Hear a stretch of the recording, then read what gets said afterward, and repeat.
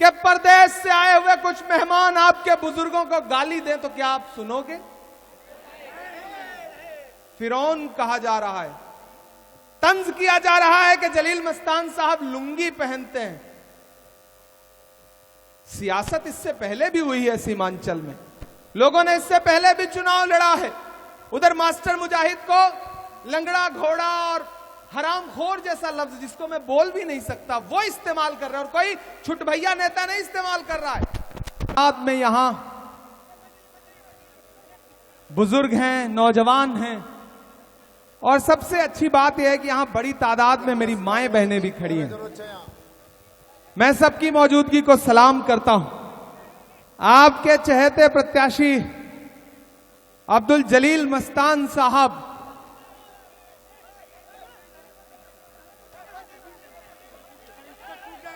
आगे जो लोग खड़े हैं उनसे गुजारिश है कि पीछे वालों को देखने दें, और पीछे वालों से गुजारिश है कि थोड़ा सब्र करें।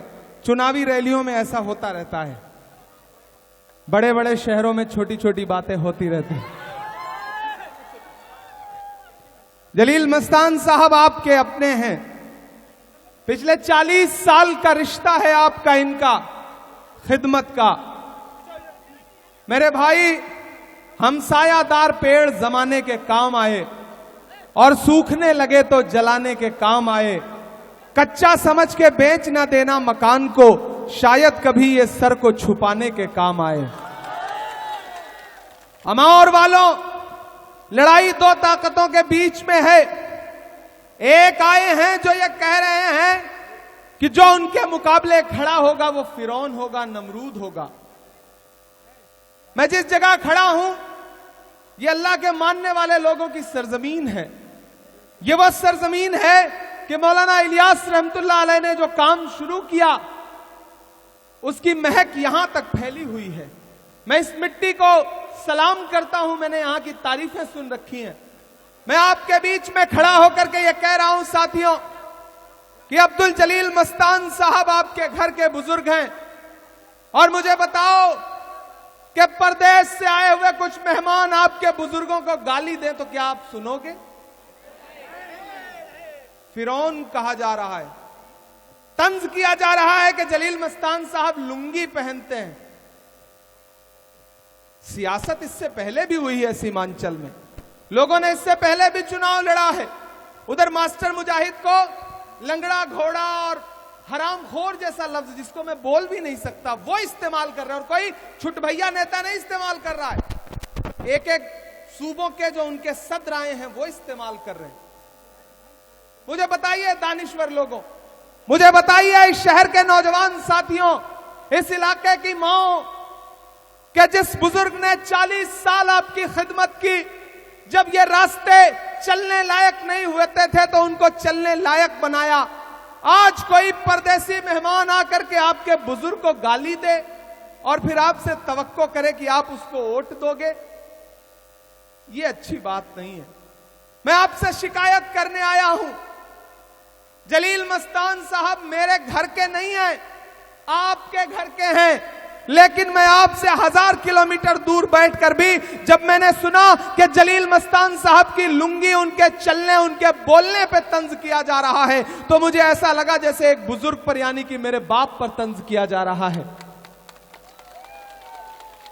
मेरे भाई, जलील मस्तान साहब आपके कुंबे के बुजुर्ग हैं। सियासत आती जाती रहेगी, लेकिन याद रखिए कि आपके बुजुर्गों को जो गाली दे वो आपका भला नहीं कर सकता। ये तकरीरों से दिल नहीं बहलते हैं साहब। और जो आपको गाली दे के कह रहे हैं कि आप कांग्रेस को वोट दोगे तो दरी बिछाओगे, यही गाली दी जा रही है ना, फेसबुक पे यही गाली दी जाती है ना कि दरी बिछाओगे। तो मेरे भाई, हम यहां कांग्रेस को वोट दें, अमौर वाले कांग्रेस को वोट दें तो दरी बिछाएंगे। आप वहां 11 तारीख को होने वाले चुनाव में जो कांग्रेस के कैंडिडेट नवीन यादव के लिए घर घर जाके वोट मांग के यहां आए हो, वो दरी बिछाना नहीं है। मीठा मीठा गप, कड़वा कड़वा थू, ऐसे कैसे चलेगा? अरे जलील मस्तान साहब की लुंगी पर तंज करने वालों, सीमांचल के पहनावे पर तंज मत करो। लुंगी और कुर्ता सीमांचल का लिबास है। हम ये हक किसी को नहीं देंगे कि हमारे बुजुर्गों पर कोई तंज करे, हमारे पहनावे पर कोई तंज करे, हमारे खाने पर कोई तंज करे। आपकी शेरवानी आपको मुबारक, हमारा लुंगी कुर्ता हमको मुबारक। अरे आपकी बिरयानी आपको मुबारक, हमारा पंता भात हमको मुबारक। हमारे खाने पर, हमारे पहनावे पर, हमारे बुजुर्गों पर जो वोट नहीं देगा वो फिरौन होगा। यही गाली दी जा रही है ना। मुझे बताओ, मौलाना असरारुल हक साहब जैसी बुजुर्ग शख्सियत के कलेजे का टुकड़ा सऊद आलम चुनाव लड़ रहा है, तुम्हारे मुकाबले तो वो फिरौन हो गया। मौलाना सज्जाद नोमानी साहब ने महाराष्ट्र में तायीद नहीं की तो उनको भला बुरा बोलोगे।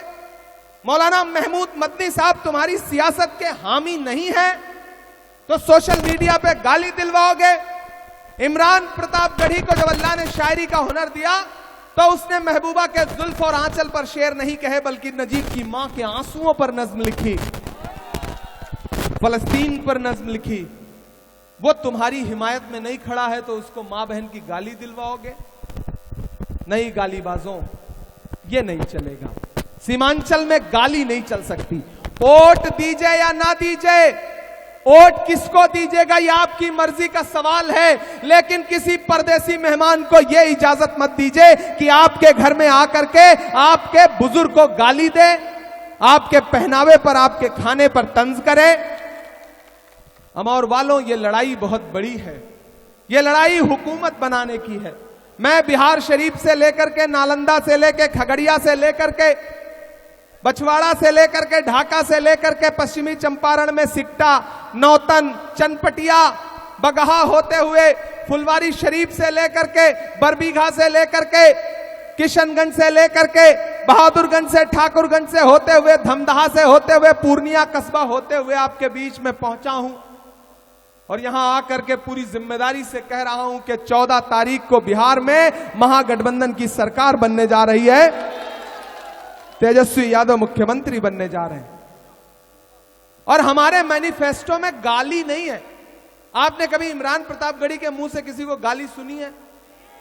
हमारे मैनिफेस्टो में गाली नहीं है। हमारे वायदे में किसी पे तंज करना नहीं है, किसी को दलाल और किसी को दरी बिछाने वाला कहना नहीं है। सियासत करो, चुनाव लड़ो, लेकिन जो तुम्हारे हामी खड़ा नहीं होगा उसको गाली दोगे। असली फिरौनियत तो यह है मेरे भाई। दूसरों को फिरौन बोलोगे। क्या किसी मुसलमान को फिरौन कहने से भी बड़ी गाली हो सकती है क्या? हरामखोर कहने से बड़ी गाली हो सकती है क्या?